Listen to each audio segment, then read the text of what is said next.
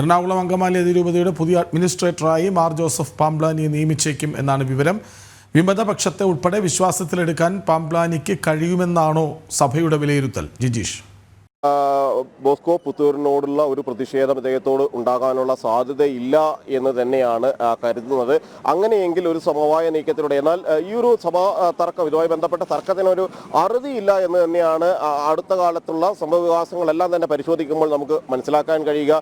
പല ഘട്ടങ്ങളിലും ചിലപ്പോഴെല്ലാം ഈ പ്രശ്നങ്ങൾ തീർന്നു എന്ന് തോന്നും, വീണ്ടും ആ പ്രശ്നങ്ങൾ ശക്തമായി ഉടലെടുത്ത് വരും.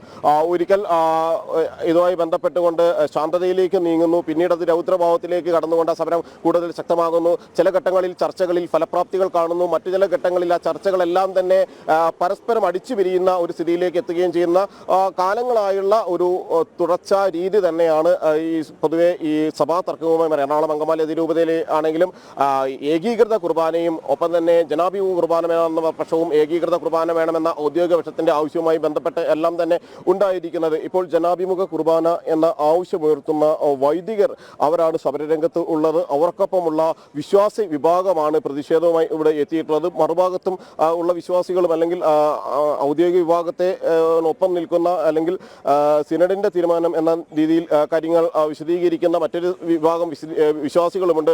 നേരത്തെ ഉണ്ടായ പ്രതിഷേധ സമരങ്ങളിലെല്ലാം, മുൻകാലങ്ങളിൽ ഉണ്ടായ പ്രതിഷേധ സമരങ്ങളിലെല്ലാം തന്നെ രണ്ട് വിഭാഗങ്ങളിലും രണ്ട് സ്ഥലത്തായി നിന്നുള്ള പോർവിളികളായിരുന്നു ഉണ്ടായിരുന്നത്, സമരങ്ങളായിരുന്നു ഉണ്ടായിരുന്നത്, പ്രതിഷേധങ്ങളായിരുന്നു ഉണ്ടായിരുന്നത് എങ്കിൽ ഇന്ന് മറുവിഭാഗത്തെ ഇവിടെ കാണാനുണ്ടായിരുന്നില്ല. അവർ ഒരു ഭാഗത്ത് തമ്പടിച്ചു എന്നെല്ലാമുള്ള വിവരങ്ങൾ ഉണ്ടായിരുന്നുവെങ്കിലും പോലീസ് അത്തരം ആളുകളെ എല്ലാം തന്നെ സംഘർഷ സാധ്യത കണക്കാക്കി മാറ്റിയിരുന്നു. എന്നാൽ വലിയ ഒരു സംഘർഷത്തിന്, അതായത് അടുത്ത കാലത്ത് സാധാരണ നിലയിൽ നിരവധി തവണ ഇവിടെ സംഘർഷങ്ങൾക്ക് സാക്ഷ്യം വഹിച്ചിട്ടുണ്ട്. എന്നാൽ കഴിഞ്ഞ കുറെ നാളുകൾക്കിടയിൽ ഒന്നും കാണാത്ത തരത്തിലുള്ള സംഘർഷത്തിന് തന്നെയായിരുന്നു ബിഷപ്പ് ഹൗസിന് മുന്നിൽ സാക്ഷ്യം വഹിച്ചത്. അവിടെയാണ് ഈ ഒരു ഒത്തുതീർപ്പ് ചർച്ചകൾ എത്രമാത്രം ഫലപ്രാപ്തിയിലെത്തും, അല്ലെങ്കിൽ അദ്ദേഹം ഒഴിഞ്ഞുകൊണ്ട്, ബോസ്കോ പുത്തൂർ സ്ഥാനം ഒഴിഞ്ഞുകൊണ്ട് മറ്റൊരാളെ ആ സ്ഥാനത്തേക്ക് ചുമതല ഏൽപ്പിച്ചുകൊണ്ടുള്ള ഒരു പ്രശ്നപരിഹാരം എത്രമാത്രം വിജയം കാണും എന്നതെല്ലാമുള്ള ചർച്ചകൾ ഒരു ഭാഗത്ത് നടക്കുമ്പോൾ അതുപോലും അംഗീകരിക്കപ്പെടുമോ, അത്തരമൊരു സമവായ നീക്കം പോലും എത്ര നടക്കുമോ എന്ന കാര്യങ്ങളിലെല്ലാം തന്നെ ഒരു കൃത്യത ഇപ്പോൾ വന്നിട്ടില്ല.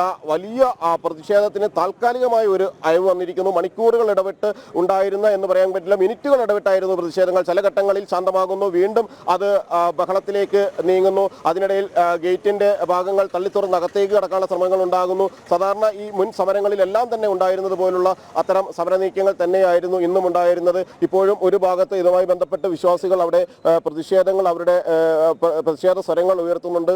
മറ്റു നടപടികൾ എന്തെല്ലാമാണ് എന്നത് തന്നെയാണ് ഇനി കാത്തിരുന്ന് കാണാനുള്ളത്. ശരി. മാർ ജോസഫ് പാംബ്ലാനി പുതിയ അഡ്മിനിസ്ട്രേറ്ററാകാൻ സാധ്യത.